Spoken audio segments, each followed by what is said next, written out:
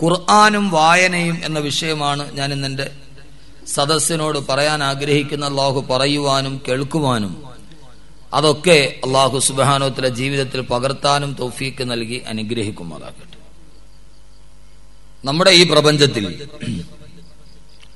പ്രപഞ്ചസിട്ടാവായ അള്ളാഹു സുബ്ഹാനഹു വ തആല ലക്ഷക്കണക്കിന് ജീവിവർഗങ്ങളെ സൃഷ്ടിച്ചിട്ടുണ്ട്. ആ ജീവികളിൽ മനുഷ്യനും മനുഷ്യനല്ലാത്തതുമായ ഗോചരവും അഗോചരവുമായ അനേക ലക്ഷം ജീവജാലങ്ങളെ അള്ളാഹു ഈ ഭൂലോകത്ത് സൃഷ്ടിച്ചിട്ടുണ്ട്. പക്ഷേ മനുഷ്യനല്ലാത്ത ഏതൊരു ജീവികളെ എടുത്ത് നാം പരിശോധിച്ചാലും ലോകത്ത് ആദ്യമായി ഒരു കാക്ക എങ്ങനെയാണോ കൂടുണ്ടാക്കിയത് അതേപോലെ തന്നെയാണ് ഇന്നത്തെ കാക്കയും കൂടുണ്ടാക്കുന്നത്. ലോകത്ത് ആദ്യത്തെ പറവകൾ എവിടെയാണോ താമസിച്ചത് അതേപോലെ തന്നെയാണ് അതിന്റെ പിൻതലമുറക്കാരായ പറവകളും താമസിക്കുന്നത്. ആദ്യത്തെ നായ എങ്ങനെയാണോ വെള്ളം കുടിച്ചത് അങ്ങനെ തന്നെയാണ് ഈ 21-ാം നൂറ്റാണ്ടിൽ 2011 നായയും വെള്ളം കുടിക്കുന്നത്.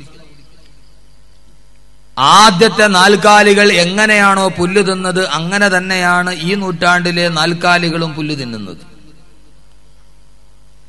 ലോകത്ത് ഈ ഏത് ജീവജാലങ്ങളെ നോക്കിയാലും അവ ആദ്യം എങ്ങനെയാണോ ഈ ഭൂലോകത്ത് ജീവിച്ചത്, എങ്ങനെയാണോ അവ കൂടുണ്ടാക്കിയത്, എങ്ങനെയാണോ അവ ആഹരിച്ചത്, എങ്ങനെയാണോ അവർ ജീവിച്ചത്, അതേ ശൈലിയിൽ നിന്ന് ഒരൽപ്പം പോലും മനുഷ്യനല്ലാത്ത ഒരു ജീവജാലങ്ങൾക്കും മാറ്റമുണ്ടായിട്ടില്ല. 2011 ലോകം പുരോഗതി പ്രാപിച്ചു എന്ന് കരുതി ലോകത്ത് ഏതെങ്കിലും കാക്ക അതിന്റെ കൂടുകളുടെ സൗകര്യങ്ങൾക്ക് എന്തെങ്കിലും വ്യത്യാസം വരുത്തതായി നാം ആരും ഇതേവരെ കണ്ടിട്ടില്ല. പക്ഷേ ഇതിൽ നിന്നെല്ലാം വ്യത്യസ്തമാണ് മനുഷ്യൻ. അവൻ ആദ്യം താമസിച്ചവനെ പോലെയല്ല ഇപ്പോൾ താമസിക്കുന്നത്. ആദ്യം മനുഷ്യൻ കാടുകളിലാണ് താമസിച്ചിരുന്നെങ്കിൽ പിന്നീട് അവൻ ഗ്രാമങ്ങളിലായി, അവിടെ നിന്നവൻ പട്ടണങ്ങളിലായി. ആദ്യത്തിന്റെ മനുഷ്യന്റെ താമസം മരച്ചുവട്ടിലായിരുന്നുവെങ്കിൽ പിന്നീട് അവൻ മരത്തിന്റെ മുകളിൽ ഏറുമാടങ്ങൾ ഉണ്ടാക്കാൻ തുടങ്ങി. അത് കഴിഞ്ഞപ്പോൾ അവൻ പുല്ലുകൊണ്ട് മേഞ്ഞ വീടുകൾ ഉണ്ടാക്കാൻ തുടങ്ങി. കുറെ കൂടി കഴിഞ്ഞപ്പോൾ അത് മൺകട്ടകൾക്ക് സ്ഥാനം മാറി. പിന്നീട് അത് കോൺക്രീറ്റ് സൗധങ്ങളായും ഇന്ന് ഭൂകമ്പത്തെ പ്രതിരോധിക്കാൻ കഴിയുന്ന വീടുകൾ പോലും മനുഷ്യൻ ഉണ്ടാക്കിക്കൊണ്ടേയിരിക്കുന്നു. ആദ്യത്തെ മനുഷ്യൻ തീയുണ്ടാക്കിയതുപോലെയല്ല. ആദ്യ മനുഷ്യൻ 2 കല്ലുകൾ ഉരസിയിട്ടാണ് തീയുണ്ടാക്കിയതെങ്കിൽ ഇന്നത്തെ മനുഷ്യൻ തീയുണ്ടാക്കാൻ കല്ലുകൾ പരതി നടക്കുന്നത് നാം ഒരിടത്തും കാണുന്നില്ല. ആദ്യ മനുഷ്യൻ വസ്ത്രം ധരിച്ചത് മരത്തിന്റെ തോല് ഉരിഞ്ഞിട്ടാണെങ്കിൽ, ഇലകൾ കൂട്ടിവെച്ചിട്ടാണ് ആദ്യത്തെ മനുഷ്യൻ വസ്ത്രമുണ്ടാക്കിയതെങ്കിൽ ഇന്ന് ആ മനുഷ്യൻ ഇലകൾ ചേർത്ത് വെച്ചിട്ട് വസ്ത്രം ഉടുത്തുകൊണ്ട് നടക്കുന്ന ഒരു മനുഷ്യനെയും ലോകത്ത് കാണാൻ കഴിയില്ല. ഓരോ കാലഘട്ടങ്ങൾ കഴിയുമ്പോഴും പുരോഗതി എന്ന് പറയുന്നത് മനുഷ്യന് മാത്രം അവകാശപ്പെട്ടതാണ്. ജീവിതത്തിൽ മാറ്റങ്ങൾ എന്ന് പറയുന്നത് അത് മനുഷ്യന് മാത്രം അവകാശപ്പെട്ടതാണ്. ജീവിതത്തിൽ ചിന്ത എന്ന് പറയുന്നത് മനുഷ്യന് മാത്രം അവകാശപ്പെട്ടതാണ്. മനുഷ്യനല്ലാത്ത ഏതാണ്ട് 6 കോടിയോളം വരുന്ന ജീവജാലങ്ങളെ ഈ ലോകത്ത് പ്രപഞ്ച സൃഷ്ടാവായ അല്ലാഹു സുബ്ഹാനഹു വ തആല സൃഷ്ടിച്ചെടുക്കുമ്പോ ഞാനൊന്ന് ചോദിക്കട്ടെ, മനുഷ്യനല്ലാത്ത മറ്റൊന്നിനുമില്ലാത്ത പുരോഗതി മനുഷ്യന് മാത്രം എവിടെ നിന്നാണ് കിട്ടിയത്? ഈ മനുഷ്യനെ എങ്ങനെയാണ് പുരോഗതിയിൽ നിന്ന് പുരോഗതിയിലേക്ക് കൊണ്ടുപോകാൻ? ഭൂമിയിൽ വീട് വെച്ചിരുന്ന മനുഷ്യൻ ഇന്ന് ചന്ദ്രനിൽ വീട് വെക്കാൻ പോലും ആലോചിക്കുന്ന അവസ്ഥയിൽ മനുഷ്യനെ ഈ ഭൂലോകത്തിന് മുഴുവൻ കീഴടക്കുന്ന അജയ്യമായ ശക്തിയാക്കി മാറ്റിയത് എന്തായിരുന്നു? മറ്റു ജീവികൾക്കില്ലാത്ത പഞ്ചേന്ദ്രിയ പരിജ്ഞാനം എന്ന് പറയുന്ന, അറിവ് എന്ന് പറയുന്ന, ഓരോ ദിവസം തോറും അവൻ കണ്ടെത്തിക്കൊണ്ടിരിക്കുന്ന അറിവിന്റെ പുതിയ പുതിയ പുതിയ മേഖലകൾ ആ മനുഷ്യനെ ജീവിത സാഹചര്യങ്ങളുടെ നവമായ മേച്ചിൽപ്പുറങ്ങളിലോട്ട് നടത്തിക്കൊണ്ടു പോവുകയാണ്. അള്ളാഹുവിന്റെ വിശുദ്ധമായ ഖുർആൻ തന്നെ അതിനുത്തരം പറഞ്ഞു. മനുഷ്യന് മാത്രം ഈ ഭൂമിയിൽ ഇത്രയേറെ മാറ്റമുണ്ടാകുന്നത് എന്താണ്? കാക്കകൾക്കില്ലാത്ത, കൊക്കുകൾക്കില്ലാത്ത, പറവകൾക്കില്ലാത്ത, ഉലകങ്ങൾക്കില്ലാത്ത, അമീബകൾക്കില്ലാത്ത, ഗോചരവും അഗോചരവുമായ ലോകത്തൊരു ജീവികൾക്കുമില്ലാത്ത മാറ്റങ്ങൾ, പുരോഗതികൾ, കാൽവയ്പുകൾ, ചുവടുവയ്പുകൾ, ഇതെല്ലാം മനുഷ്യന് മാത്രം ഉണ്ടാകാൻ ഒരേ ഒരു കാരണമേയുള്ളൂ. ആ കാരണം എന്താണെന്ന് പറഞ്ഞത് അള്ളാഹുവിന്റെ വിശുദ്ധമായ ഖുർആനാണ്. അള്ളാഹു തന്നെ പറഞ്ഞതുപോലെ വലഖദ് കറംനാ ബനീ ആദം വലഖദ് കറംനാ ബനീ ആദം. ആദമിന്റെ സന്താനങ്ങളെ ഞാൻ ബഹുമാനിച്ചിരിക്കുകയാണ്. മനുഷ്യപിതാവായ ആദം നബി അലൈഹിസ്സലാത്തു വസ്സലാമിന്റെ മുതുകിൽ നിന്ന് പുറത്തോട്ട് വന്ന ലോകത്ത് ജനിച്ചു വീണ മനുഷ്യനെ അള്ളാഹു പറഞ്ഞത് ജാതിയുടെ അടിസ്ഥാനത്തിലല്ല, വർണ്ണത്തിന്റെ അടിസ്ഥാനത്തിലല്ല, വർഗത്തിന്റെ അടിസ്ഥാനത്തിലല്ല. വലഖദ് കറംനാ ബനീ ആദം. ആദമിന്റെ മക്കളായി പിറന്നവരാരൊക്കെയാണോ, ആദം സന്തതികൾ ആരൊക്കെയാണോ, അവരെ എല്ലാവരെയും ഞാൻ ബഹുമാനിച്ചിരിക്കുകയാണ്. അള്ളാഹു ബഹുമാനിച്ച ഒരേ ഒരു ജീവിയേടെന്നറിയുമോ?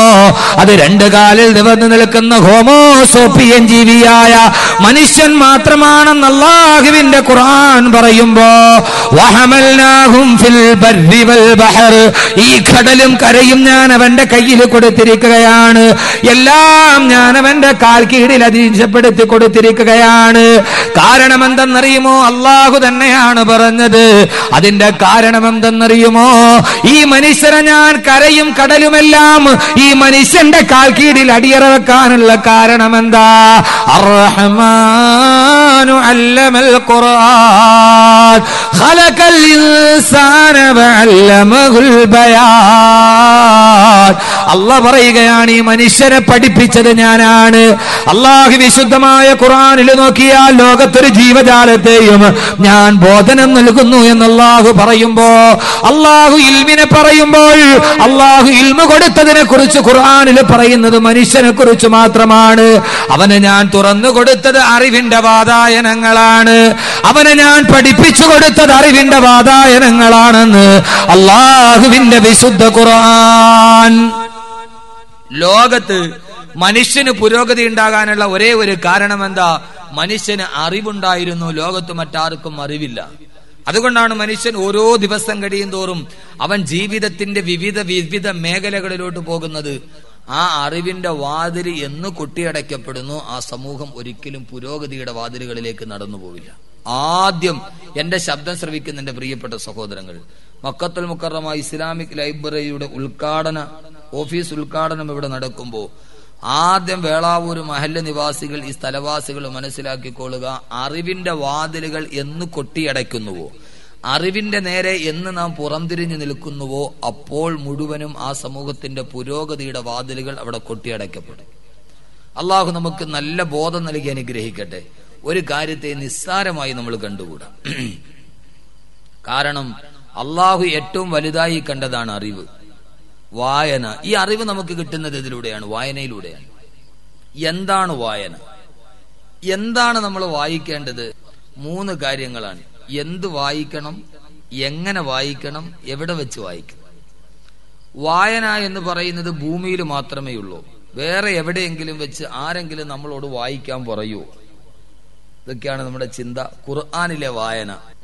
വൈകുന്നേരം ഒഴിവ് കിട്ടുന്ന സമയങ്ങളിൽ നമുക്ക് ഒരുമിച്ച് കൂടി ഇരിക്കുവാനും അറിവിന്റെ വാതിലുകൾ തുറന്നു കൊടുക്കുവാനും ഏറ്റവും ഉപയുക്തമായ നമ്മുടെ വായനശാലകൾ, ആ വായനശാലകളൊക്കെ നമ്മുടെ നാടുകളിൽ നിന്ന് അപ്രത്യക്ഷമായിക്കൊണ്ടിരിക്കുകയാണ്.